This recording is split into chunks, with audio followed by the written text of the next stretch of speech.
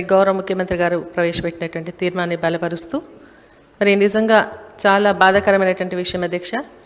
ఎందుకంటే చిన్న వయసులో మరి శాసనసభ్యురాలుగా గెలిచి మరి తన తండ్రి ఆశయాలు నెరవేర్చాలన్న ఆలోచనతో రాజకీయ రంగ ప్రవేశం చేసినటువంటి లాస్య నందిత ప్రజాసేవ చేయాలన్న ఆతృతతో ప్రజలకు దగ్గర కావాలన్న ఆలోచనతో ఎన్నో కార్యక్రమాలు చేపడుతూ మరి మధ్యలోని ఆశయాలను కూడా వదిలి మన నుండి దూరం కావడం జరిగింది అధ్యక్ష.